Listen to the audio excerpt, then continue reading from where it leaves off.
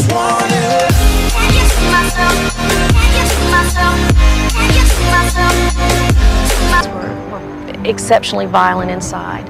At that time, Atlanta had the reputation as being the most dangerous in the federal system because of the number of homicides, stabbings, etc. Fear. If you can put the fear of God in someone, they'll stay away from you. As big as I was, no one dared jump on me because they'd seen me whip a couple guys pretty bad. And so that was pretty much the element that kept me alive. Built in the grand scale of a classical cathedral, its gray stone facade rises 60 feet from the ground. A massive entranceway is dwarfed between imposing Grecian pillars. Known as the Big A to its inmates, Atlanta has held a diverse population from bootleggers to bank robbers to the prisoner who ran for president while still behind bars. From counterfeiters to legendary gangsters like Vito Genovese, Joe Valachi, and Al Capone. From cold-blooded killers to the warden who was sentenced to do time in his own prison.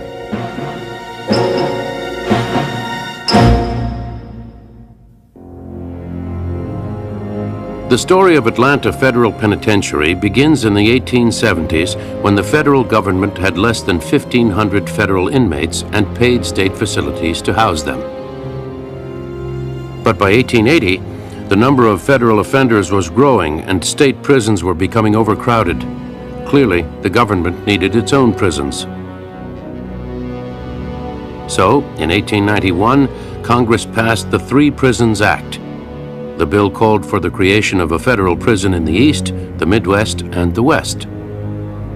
Leavenworth in Kansas was the first built. Attorney General John Griggs had the task of choosing a site for the next prison. He settled on a 300-acre parcel just 1 mile from the city of Atlanta. It was on a principal street that was simply named Boulevard and was convenient to the railroads. To ensure the building of the prison and the jobs it would bring, the city of Atlanta purchased the land for $60,000 and donated it to the federal government. Plans were drawn by the same architects that had been responsible for the imposing structure of Leavenworth. Initial designs for the new prison called for 2 cell houses on either side of a grand entrance that would serve as part of the outer wall. It was also intended to make a psychological statement. The physical structure of the building was meant to make a person entering it feel very small and insignificant. And most other institutions being built at this time, including mental institutions, juvenile reformatories, all were built along the same kind of grand scale. Construction got underway in 1900 using convict laborers housed in temporary quarters. They had no experience in stone cutting. There was a gentleman named Mr. Crawford who was a stonemason who trained the inmates in the construction of the building. Mr. Crawford used only inmates serving life sentences because of the amount of time that it took to train the inmates to do this kind of work. The granite for the prison was quarried at Stone Mountain near Atlanta.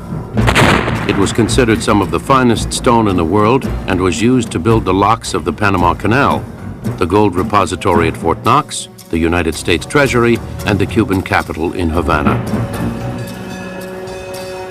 In 1902, the first cell houses were completed and 347 prisoners were in residence. Inmate number 19 was John M. Ross. He died in the prison while serving a life sentence for murder. Number 22 was Samuel Moon. He was also serving a life sentence for murder. Alfred Cheney, inmate number 31, had been transferred from Sing Sing to finish a 10-year sentence for robbing a post office. For the first prisoners at Atlanta, conditions were harsh. They wore striped uniforms and their hair was cropped short to make them easily identifiable should they attempt escape. Troublemakers were struck with billy clubs or handcuffed to their cell bars for days at a time. This was the dark side of a 19th century penal tradition called the Auburn system. The philosophy behind that system was that it was important that inmates be separated from the outside community and each other, that they be made to be obedient, they could follow authority, and that they be put to work, that there would be labor involved. In 1903, the prisoners were put to work constructing the outer wall. Every morning for 7 years, Atlanta's convicts were marched out to pour concrete and set granite into the structure. When completed in 1910, it was 39 feet high, 4 feet thick, and more than 4,000 feet long. The gleaming white wall enclosed 27 acres and was the largest cement masonry project in America at the time. It contained 5,000 tons of concrete and 25,000 tons of granite. More than a deterrent to escape attempts, the wall reinforced Warden William Moyer's doctrine of complete isolation. He believed that the best results would be obtained if the prisoners knew nothing of what goes on outside the walls, and that the public should know nothing of what goes on inside.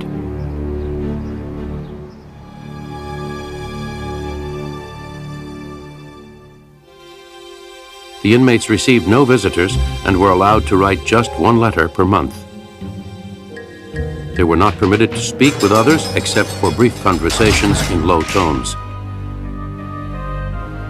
The dining room was also kept silent. Inmates sat at desk-like tables and could communicate to guards and staff using only approved signals and gestures. Prisoners were expected to hold their right hand up for bread, their fork up for meat, their spoon for soup, and their knife for vegetables. Church attendance was compulsory as part of the prison's policy of penitence and redemption, but there was little other activity inside. There were no prison industries, and inmates not selected to work on the wall and later building projects were left alone in their cells. These offered grim comfort at best. There was no hot water. A bucket served as the toilet. The men slept on beds made of iron slats covered with straw mattresses. With the completion of the first buildings here, the federal government had congratulated itself on the creation of a model prison. But for the growing number of federal prisoners inside, the giant stone edifice with its policy of forced silence and isolation became a monument to misery.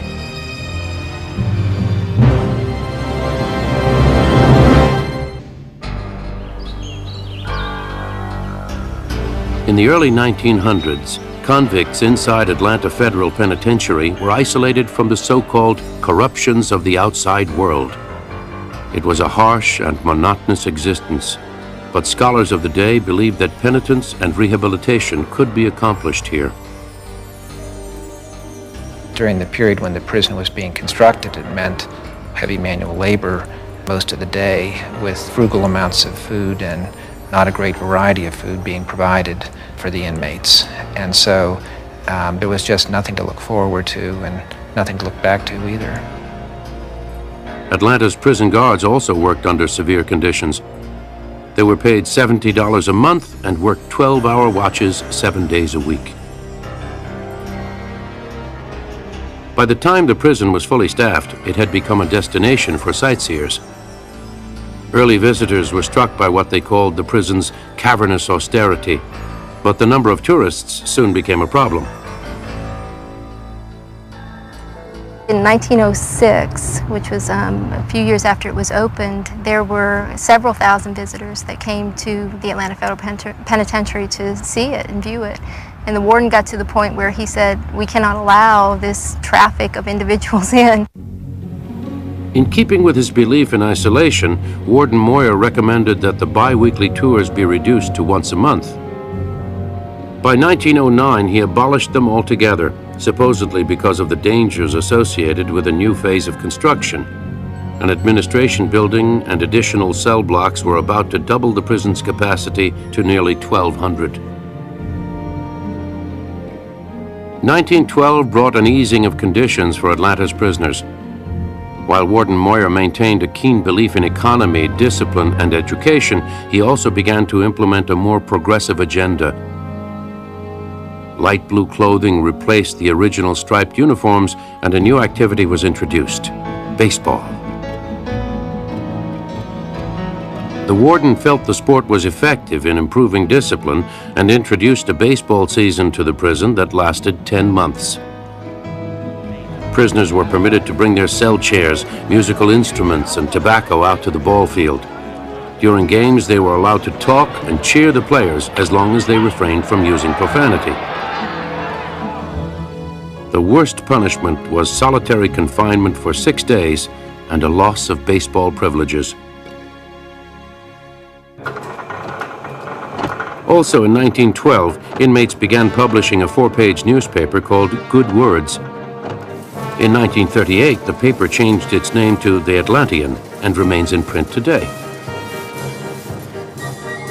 In the dining room, a prison orchestra played music during meals, and the desk-like tables that once filled the hall were replaced by standard furniture that seated 8. The warden also began to allow entertainment in from outside the wall. In 1913, the greatest Italian tenor of all time, Enrico Caruso, was welcomed to the prison chapel to give a concert on behalf of the Italian inmates. The prison newspaper reported Caruso sang with great feeling and extraordinary power. Also that year, prisoners were treated to a recital by John Philip Sousa and his band. The warden's log recorded every man in the penitentiary was present for a program that included El Capitan and the Washington Post March. Outside the wall, political turmoil was brewing. The Socialist Party of America had come to prominence with a platform of economic justice for the working class. Union leader Eugene Debs had marched with Susan B. Anthony for women's rights in 1880 and had campaigned for workers' rights ever since. Debs later became spokesman and standard-bearer for the socialist movement. An outspoken opponent of the U.S. entry into World War I, Debs' speeches were considered subversive by the government. Convicted in 1918 under the Federal Espionage Act, he was stripped of his citizenship and sentenced to 10 years at Atlanta Federal Penitentiary. But Debs was undeterred by the prison sentence and not forgotten by his party during the 1920 presidential race. Eugene Debs was the Socialist Workers' Party candidate for president, and he ran his campaign from inside the walls. When the election returns were counted, Eugene Debs had won nearly 1 million votes, or about 3.5% of the total. Although he was soundly defeated in the election by the Republican Warren G. Harding, Debs had become a celebrity.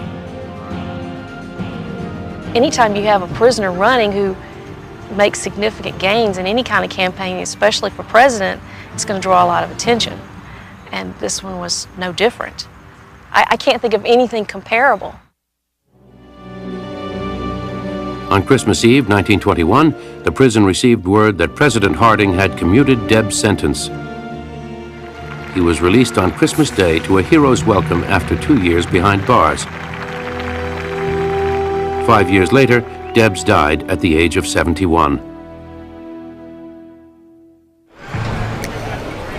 During the 1920s, new federal laws caused Atlanta's inmate population to soar.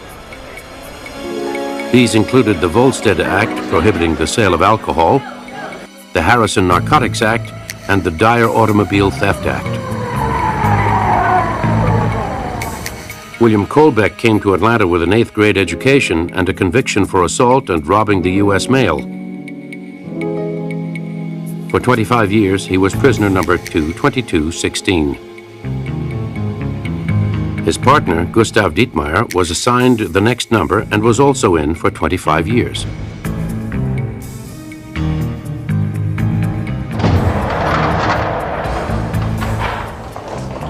By 1923, Atlanta's population reached 2,800.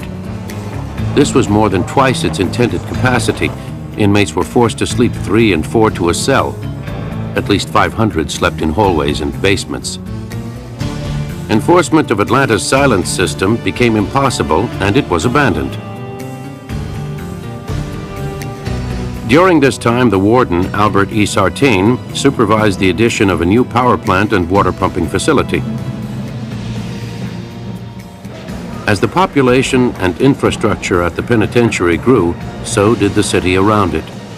2 years before construction of this facility, Atlanta had a population only of about 100,000. So this was a real boon to the economy of Atlanta. The city's population between 1900 and 1930 increased to about 400,000. And so in the 20s, the economy of the city was going very well.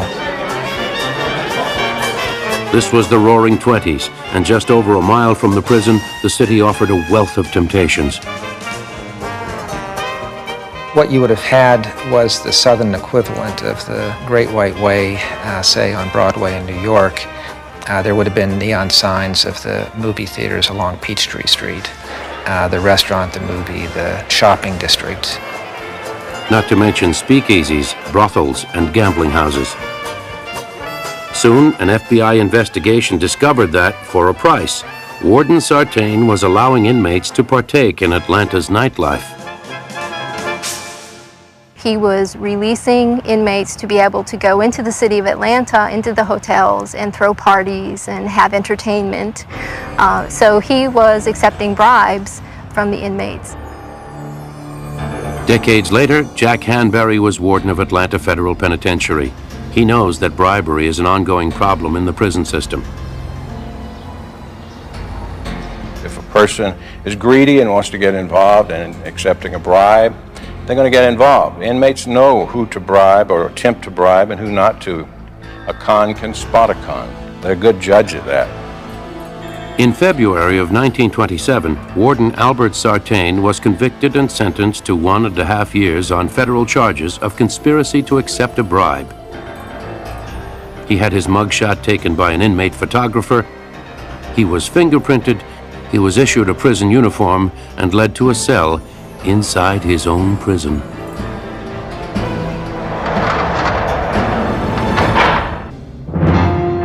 During the 1930s, the administration of Atlanta Federal Penitentiary focused on individual rights. Warden Joseph Sanford granted inmates open access to library shelves and encouraged them to teach and attend school in prison classrooms. Building on the prison's tradition of baseball, other sporting events and track tournaments were added to the inmates' program. To show their gratitude, the inmates dedicated the athletic field to James Bennett, director of the Federal Bureau of Prisons. From then on, the grassy area was designated Bennett Field. The 1930s was also the era of the gangster. And in 1932, Atlanta Federal Penitentiary received its most notorious offender. Alphonse Capone was the most famous of all American mobsters. His domination of Chicago's bootleg liquor traffic and gambling enterprises brought him an illegal income of more than $20 million a year by the end of the 1920s. As brutal as he was ingenious, Capone survived the Chicago gang wars by killing his competitors one by one.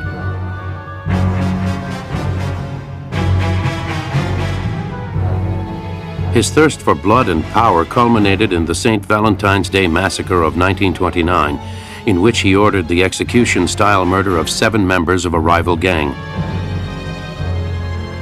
The only witness left alive was a dog.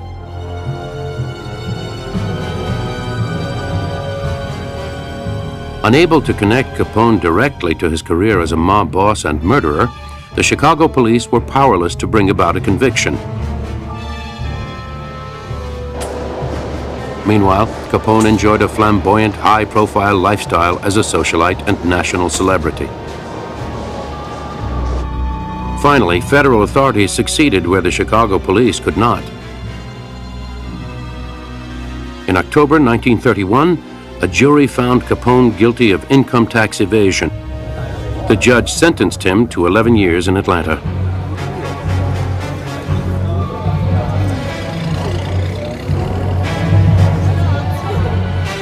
Capone traveled to Atlanta at night aboard the Dixie Flyer, and his train car was shunted right into the rear gate of the institution. At that time, we had a railroad coming into the institution because we made products that required being shipped by rail. They did not want to transfer him outside of the institution to any other vehicle. So the easiest thing for them to do and the most secure thing for them to do was to simply bring him inside in the rail car. Inside Atlanta, Capone became inmate number 40886 and lived in an 8-man cell. He was assigned to the shoe shop, where records show he worked alongside other inmates and learned to be a competent cobbler. In 1934, amid reports that he was still running the mob from inside Atlanta's walls, Capone was transferred to the Rock, the federal prison at Alcatraz. At the Rock, Capone's only visitor was his wife, May. He was not allowed to speak to anyone at the prison beside the guard staff and warden. He received no newspapers and lived alone in a 9-foot by 5-foot cell. Capone was released in 1939 amid rumors that he was suffering the dementia brought on by syphilis. He died of the disease at his home in Florida in 1947. At Atlanta, prisoners followed this news on the new wireless radio that was piped by earphones into their cells beginning in 1938. For many inmates, radio brought word of America's entry into World War II. Like all other American men, the prisoners were required to register for the draft, although they were automatically classified 4F, ineligible for service. Still, the prison began a noted war effort. Inmates produced $30 million worth of war supplies in the prison's industry building. The industry building dated from Woodrow Wilson's presidency in 1916 and was originally built to manufacture canvas bags for the U.S. Postal Service. It was under Wilson's administration that federal prisoners were first paid for their labor. From the prison's original canvas factory, inmates made tents for the troops overseas, as well as stretchers, tank covers, and water tanks used by Marines in the Pacific. By 1943, Atlanta's inmates were turning out much-needed mattresses at the rate of 10,000 per month. They worked exceptionally hard in preparing uniforms and supplies and things like that for the troops. But they also contributed in another way, in the sense that there were a number of experiments, drug experiments that were done on the inmate population. As an extension of the war effort, the United States Public Health Service started a study of malaria in March of 1944. The disease had become a serious problem during the war. They were trying to find some way to treat or prevent the illness. And so they asked for volunteer inmates. They had about 200 who volunteered for the first test. And it did involve actually being bit by infected mosquitoes. And they were testing a series of different drugs that they thought would treat that. No one died during the 18-month testing program, and none of the inmates who volunteered to be infected with malaria were compensated with any time off their sentences. Prisoners were also used for other experiments, often with little regard for their safety. It came out during some testimony before a congressional committee that the inmates here in the 1950s were used as guinea pigs for some CIA-based drug experiments. Foremost among the drugs was LSD, which had been discovered in 1943 and was known to produce hallucinations and symptoms of mental illness. The doctors doing the research were doctors from Emory University. They didn't even know that the CIA was funding it. But what they were testing for was to see how a drug would affect their memory, Would it change their sex patterns? Would it create aberrant behavior? Other medical research conducted on Atlanta's inmates included a test of how industrial noises affect hearing. Inmates were also included in a federal study of the transmission and treatment of venereal diseases. Such medical research on Atlanta's prisoners was suspended in 1976 when a federal task force found that some prisoners had been coerced into the experiments. Since then, there have been no official reports of medical testing in the prison.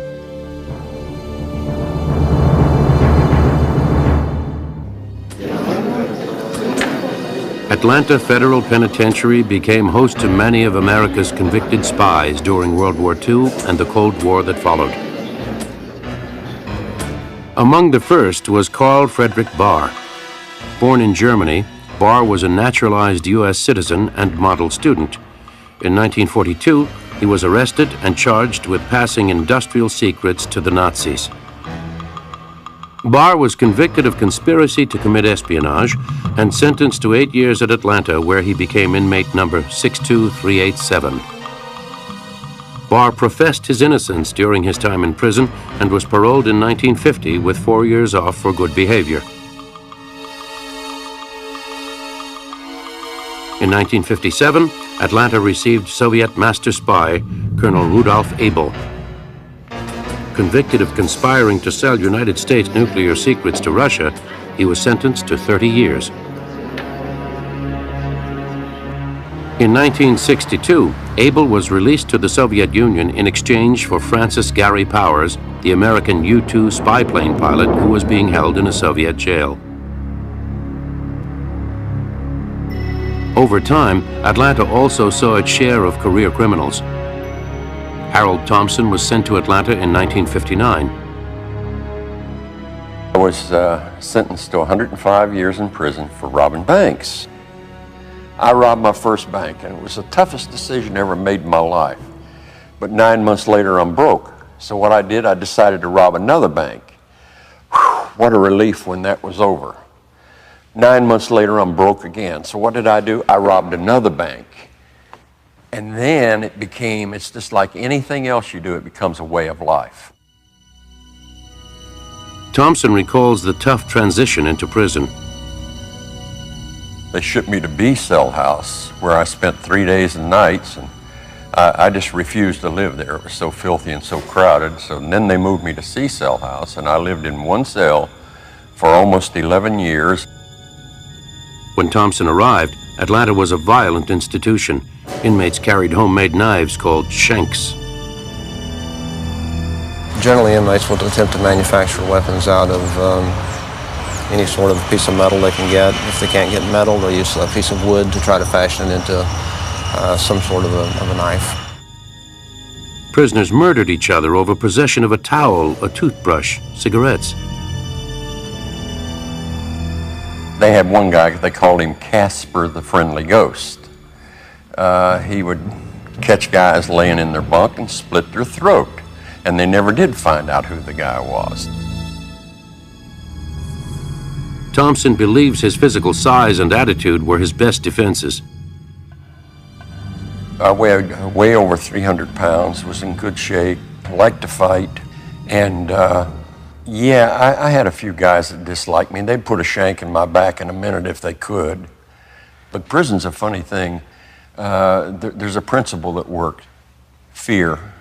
If you can put the fear of God in someone, they'll stay away from you. As big as I was, no one dared jump on me because they'd seen me whip a couple guys pretty bad. And so that was pretty much the element that kept me alive. While in prison, Thompson underwent a religious transformation and was ultimately granted clemency. He was released in 1975, and today he is an ordained minister. Thompson's prison stay took him through the 1960s, when a new wave of high-profile gangsters was sent to Atlanta. Vito Genovese was considered the boss of all bosses of the narcotics and racketeering trades in New York City. In 1959, the federal government convicted him for smuggling and distributing narcotics.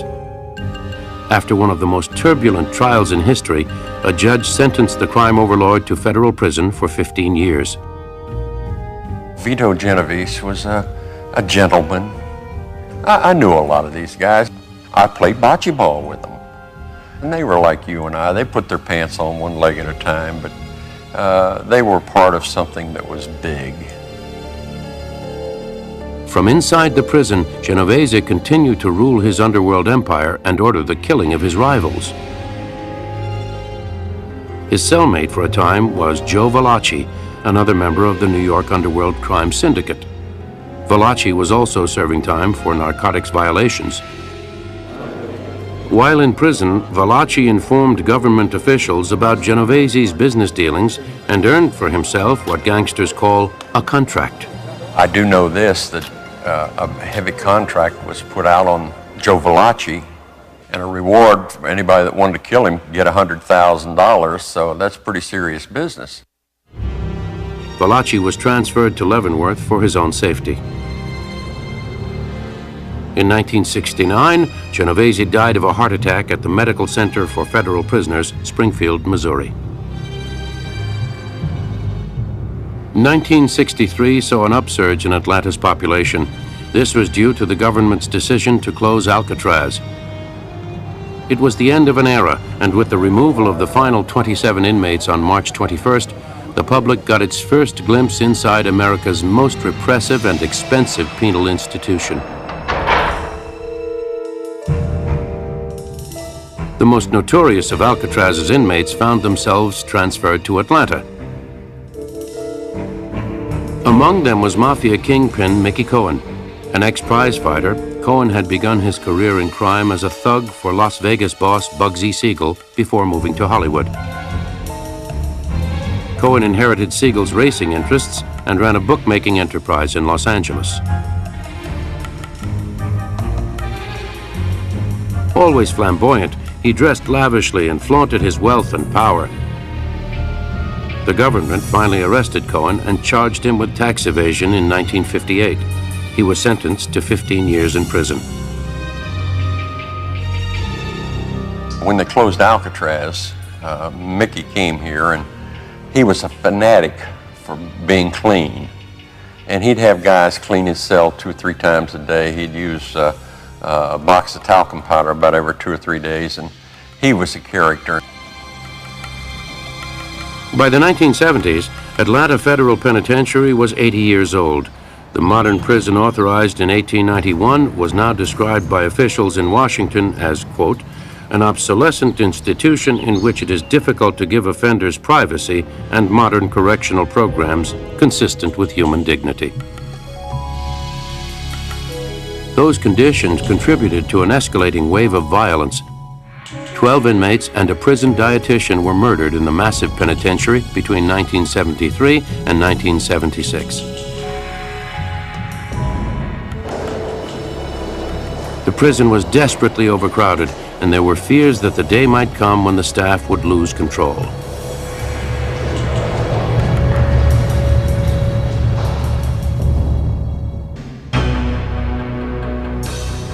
By 1974, penal philosophy had evolved beyond what Atlanta's physical design could offer.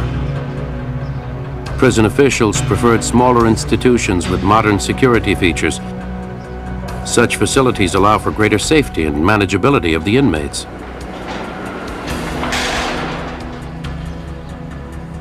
Atlanta Federal Penitentiary, with its cavernous stone cell blocks, was scheduled for closure.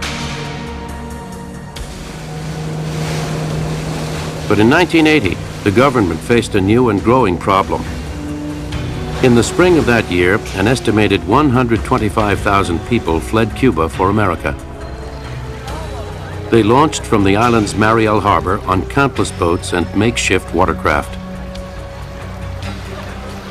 When the so-called Mariel boat people came ashore in southern Florida, their numbers included a high percentage of criminals and those suffering from mental illness. Still others committed crimes once they arrived here. The U.S. government needed a place to incarcerate those illegal Cuban immigrants who were believed to be a threat to the public. Without trial, nearly 2,000 Marielitos were sent to Atlanta to be detained indefinitely. Cubans were very aggressive, very unpredictable, a totally different culture. More violent prone than the average sentenced inmate in the federal system.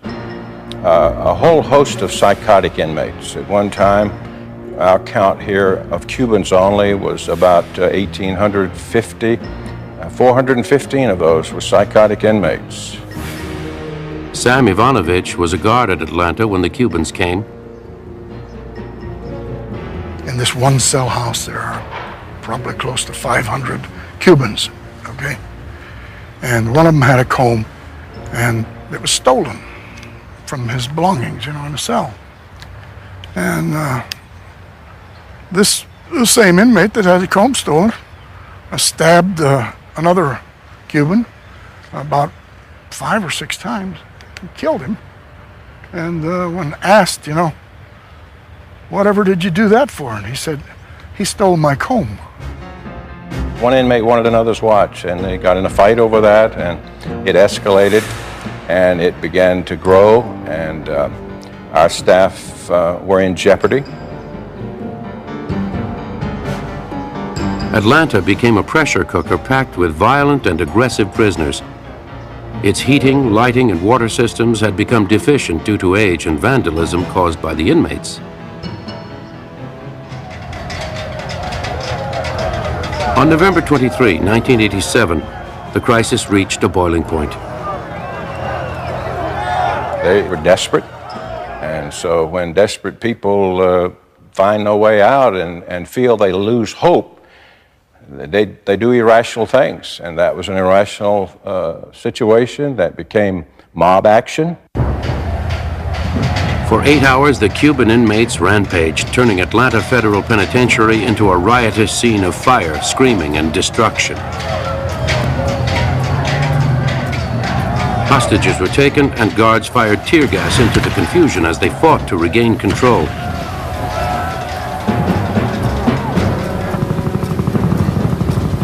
FBI agents were called in equipped with riot gear to assist prison and local authorities.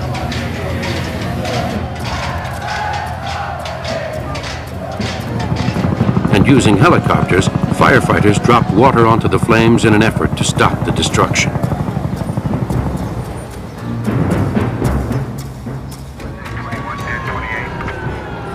When the siege was over, one inmate was dead, but surprisingly, there were no other serious injuries. Inside the walls, buildings were blackened and beds were twisted.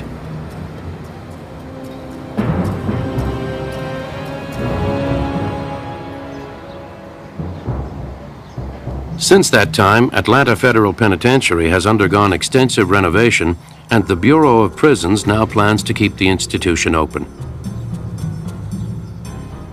Modern cell blocks have been added to house high-security inmates in a subdued and antiseptic environment. Prisoners in the newest building live in single cells that are observed around the clock. No movements go undetected. There is little room for violent behavior or unauthorized activity. State-of-the-art security and communication equipment has been installed along with new ventilation and plumbing systems. Outside, razor wire now trims the monumental stone facade where a prisoner once climbed out a window in a failed escape attempt. If you cut it, it moves a lot, okay? And the more you cut it, the more it's going to move. So if you get involved with razor wire and you try to cut yourself out, you're going to cut all the pieces. You'll bleed to death because the more you move and the more you cut, the worse it gets. Guard towers are air-conditioned and equipped with high-powered automatic weapons and night vision surveillance equipment. In some ways, though, the federal penitentiary in Atlanta continues to operate as it did in 1903. It still incarcerates America's most notorious federal criminals, and it persists in keeping the outside world from seeing in. much of what goes on behind the walls today remains a mystery. We wouldn't restrict you from filming because of real danger. We have security concerns that we don't do a lot of filming inside the institution. We will take you in and show you what a current modern-day cell house looks like. The modern cell block was the only area our camera crew was allowed to photograph. The rest of the institution remains unseen. Its daily routine known only through official reports. Even those are punctuated by accusations of inmate mistreatment and torture. The murder of one of Atlanta's prison guards was among the most recent tragedies to focus attention here. In 1994, Correctional Officer D'Antonio Washington was killed by an inmate here. And he was hit from behind by an inmate who had gotten a hammer from another inmate on a work detail and came up behind him and struck him with a hammer. The prisoners were locked in their cells, and the inmate who killed Officer Washington was quickly apprehended. There was a period of mourning, the cell doors were reopened, and life went on at Atlanta Federal Penitentiary. This is a dangerous place, and it has been for much of its history, and it's dangerous primarily because of the kind of inmates that it keeps here.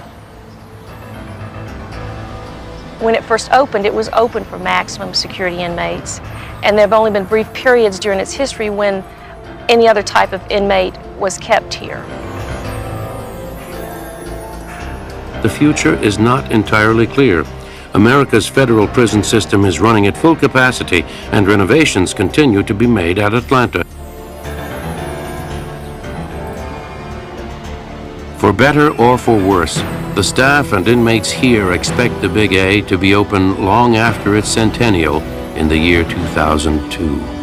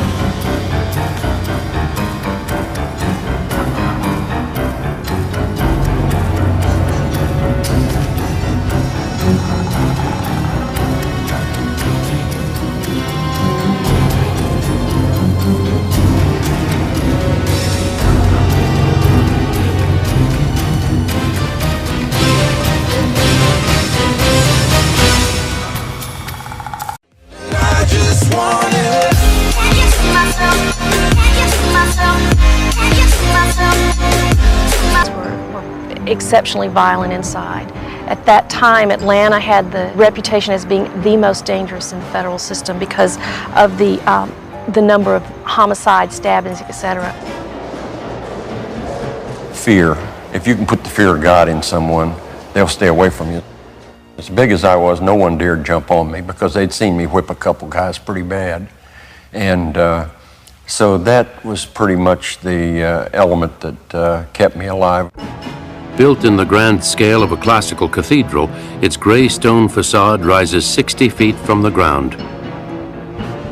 A massive entranceway is dwarfed between imposing Grecian pillars. They had no experience in stone cutting. There was a gentleman named Mr. Crawford who was a stonemason who trained the inmates in the construction of the building. Mr. Crawford used only inmates serving life sentences because of the amount of time that it took to train the inmates to do this kind of work. The granite for the prison was quarried at Stone Mountain near Atlanta. It was considered some of the finest stone in the world and was used to build the locks of the Panama Canal, the gold repository at Fort Knox, the United States Treasury, and the Cuban capital in Havana. In 1902, the first cell houses were completed and 347 prisoners were in residence, and for $60,000 and donated it to the federal government. Plans were drawn by the same architects that had been responsible for the imposing structure of Leavenworth. Initial designs for the new prison called for 2 cell houses on either side of a grand entrance that would serve as part of the outer wall. It was also intended to make a psychological statement.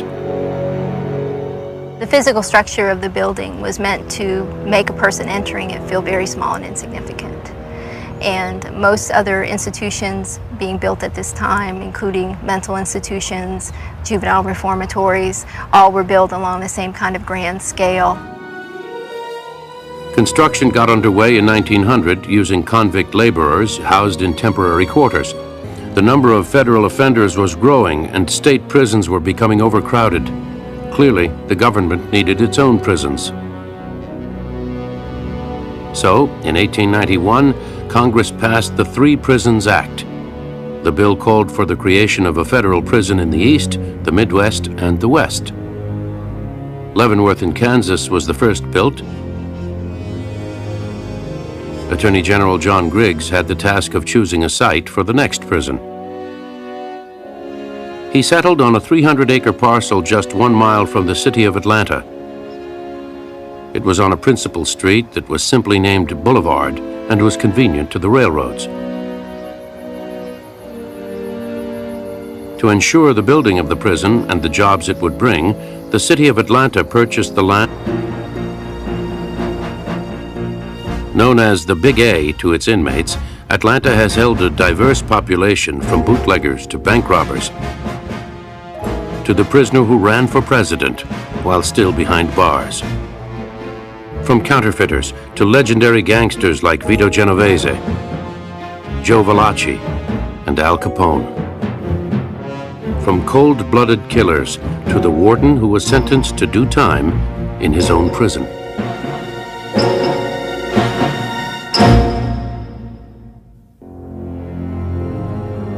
The story of Atlanta Federal Penitentiary begins in the 1870s when the federal government had less than 1,500 federal inmates and paid state facilities to house them. But by 1880,